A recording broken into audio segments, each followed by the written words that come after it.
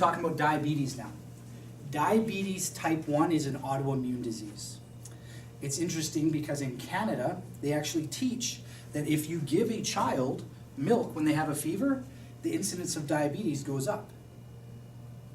That's because the outside of the milk protein is equivalent to the outside of the receptor site on the islet of Langerhans, and if the body is really inflamed due to having a fever and attacking things, it can misinterpret the receptor or the thing that says this is me on the milk protein as being the one that's on the islet of Langerhans or the cell that makes insulin, and then it attacks it and kills it.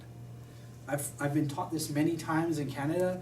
The interesting thing is the milk lobby is really strong down here, so they won't actually teach people in America this. So type 1 diabetes is an autoimmune issue. Type 2 diabetes, on the other hand, is a chronic stress issue. This is why we're seeing children in the ages of 10, 11, 12, 13, 14, 15 having type 2 diabetes, even as young as 8 years old. And what you'll see is, yes, they'll have stress from drinking pop.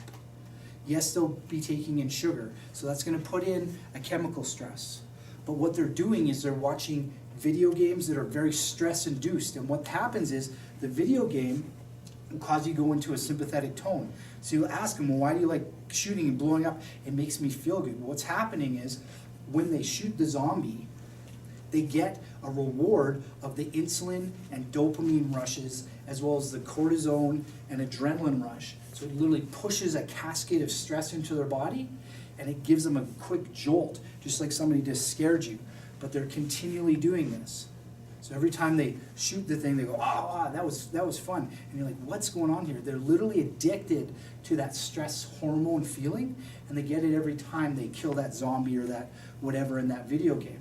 But what happens is the primary reaction to stress, the first thing the body does is it has to metabolize energy.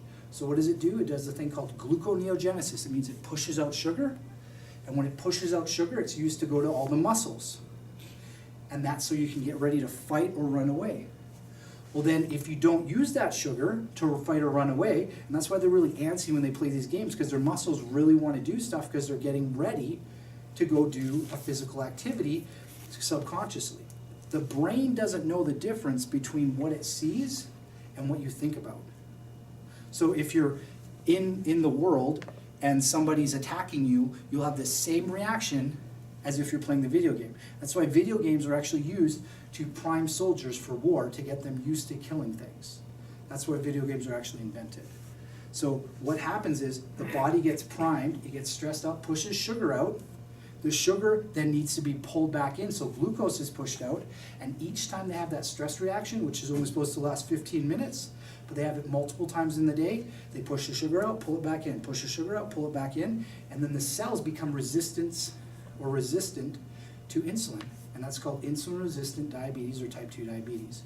So the stress of the video game or the stress of life, chemical, emotional, and physical stress, will lead to this type 2 diabetes.